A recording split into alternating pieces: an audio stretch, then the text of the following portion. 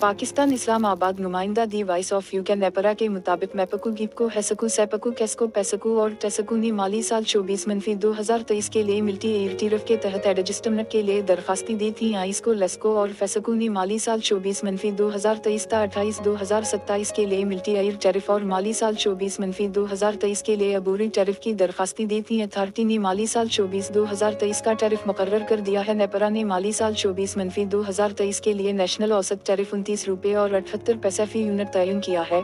औसत tariff गुज़श्ता tariff से 4 रुपये और 96 पैसे फी यूनिट ज्यादा है। इससे कबल नेपरा का तयन करदा औसत टैरिफ 24 रुपये और 82 पैसे है। एलामिया के मुताबिक टैरिफ बढ़ने की बुनियादी वजह सेल्स में कमी, रुपये की कदर में कमी है। अफराद ज़रूरत, सूद और कैपेसिटी में इजाफा टैरिफ बढ़ने की बुनियादी वजह है। नेपरा के मुताबिक टेसकूस की कल रेवेन्यू